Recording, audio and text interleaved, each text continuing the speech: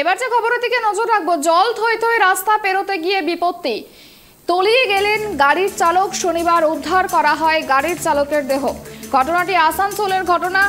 কল্যাণ housing এর কাছে গাড়িটি ভেসে যায় বলে জানা গিয়েছে। এই বিষয় নিয়ে আমরা বিস্তারিত জানো, আমাদের সঙ্গে টেলিফোন লাইনে রয়েছে আমাদের প্রতিনিধি আকাশ। আকাশ, আসানসোলে জল থই থই রাস্তা পেরোতে গিয়ে বিপত্তি, এক চালক তলিয়ে গিয়েছে বলে জানা গিয়েছে। এই মুহূর্তে ঠিক কি আপডেট রয়েছে?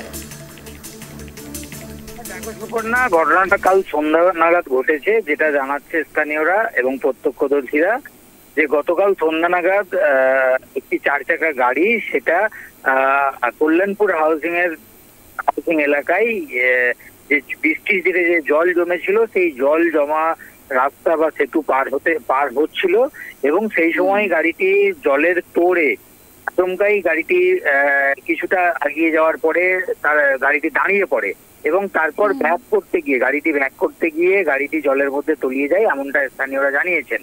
এবং এই ঘটনা যখনই প্রকাশ্যে আসে বা সামনে আসে, তারপরেই কিন্তু সঙ্গে সঙ্গে পুলিশ প্রশাসনকে খবর দেওয়া হয়। পুলিশ প্রশাসনের যারা ব্যক্তি, তারা যেমন ঘটনাস্থলে পৌঁছায়, পাশাপাশি এনডিআরএফ এর যে উদ্ধারকারী দল, তাদেরকেও খবর দেওয়া হয় এবং তারাও সঙ্গে সঙ্গে ঘটনাস্থলে পৌঁছে উদ্ধার কাজে হাত লাগিয়েছিল।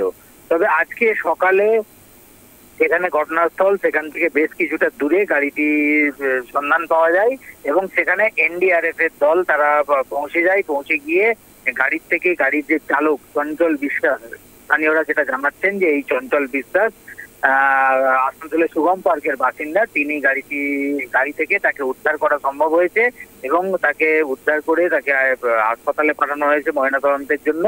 পাশাপাশি গাড়িটি যাতে সেখান থেকে উদ্ধার করে নিয়ে আসা যায়, সেই ব্যাপারেও কিন্তু এনডিআরএফ এর দল এখনো পর্যন্ত কাজ করছে।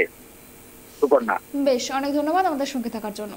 যেমনটা জানা গেল যে শনিবার একটি চালকের দেহ উদ্ধার হয়েছে। আসানসোলের ঘটনা। আসানসোলে গতকাল রাতেই একটি গাড়ি তলিয়ে গিয়েছিল জল থই থই রাস্তা পেরোতে গিয়ে, কারণ বিগত বেশ কয়েকদিন ধরে বৃষ্টিপাতের জেরে বন্যা পরিস্থিতি তৈরি হয়েছে বিভিন্ন এলাকায় এবং আসানসোলের যে ছবি আপনাদেরকে দেখাচ্ছে সেখানেও একই চিত্র। এবং গতকাল যে ঘটনাটি ঘটেছিল, কল্যাণপুর হাউজিং এর কাছে গাড়ির সমেত ভেসে যায় চালকের দেহ। এনডিআরএফ এর দল এদিন সকালে উদ্ধার কাজে নামে এবং গাড়িটিকে উদ্ধার করা হয়েছে, দেহটিকে উদ্ধার করা হয়েছে। স্থানীয় সূত্রে যেমনটা জানা গিয়েছে, ওই গাড়ির চালকের নাম চঞ্চল বিশ্বাস, তিনি সুগম পার্কের বাসিন্দা।